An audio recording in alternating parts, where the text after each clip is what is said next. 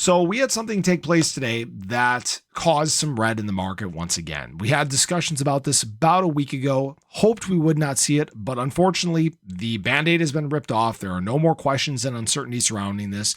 The US has officially struck Iran.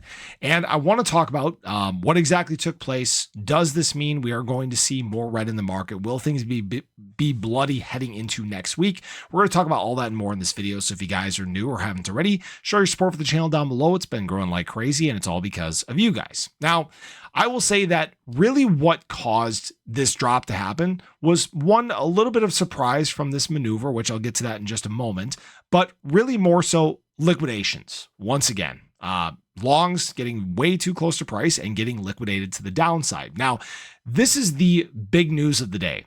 And that is that the U.S. has carried out attacks on 3 nuclear sites in Iran, including Fordo, Natanz, and Esfahan. Hopefully I said those right. All planes are now outside of Iran airspace. A full payload of bombs was dropped on a primary site, Fordo. All planes are now safely on their way home. Congratulations to our great American warriors. There is not another military in the world that could have done this. Now is the time for peace. Thank you for your attention to this matter.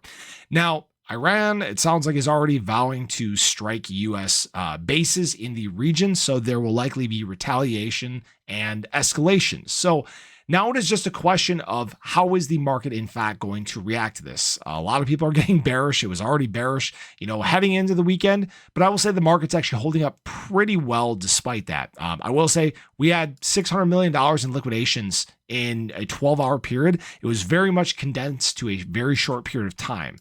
When we look at BTC, for example, right now, we're trying to make some headway here. We did have a drop, subsequent rebound. We're trying to find our way, and we're waiting to see are we going to see more reactions overnight? That's really the big question.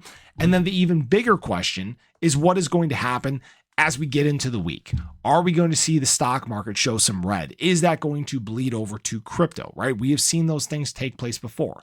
Now, that being said, we have also seen times of, we'll call it war before, where the U.S. has struck other nations. For example, back on May 6th with what was going on in Yemen, where the market did in fact rally, as you guys can see here. Not saying it's the same thing, not saying the circumstances are anywhere close to the same, but this is exactly what we did not want to see heading into the weekend. So that's kind of where we're at right now. It's very unfortunate that the market, I don't even want to say got a little blindsided by this, because we knew that the possibility was there for this to take place, but it just sucks because we just keep getting beat down and beat down and beat down. And, it's brutal. I'm a holder just like you guys. I would love for prices to be green, but, when we keep having these events that are negative for the market and there's still so much retail PTSD, it's just tough to make some headway to the upside. I guess silver line here, we may be creating actually a triple bottom in terms of BTC.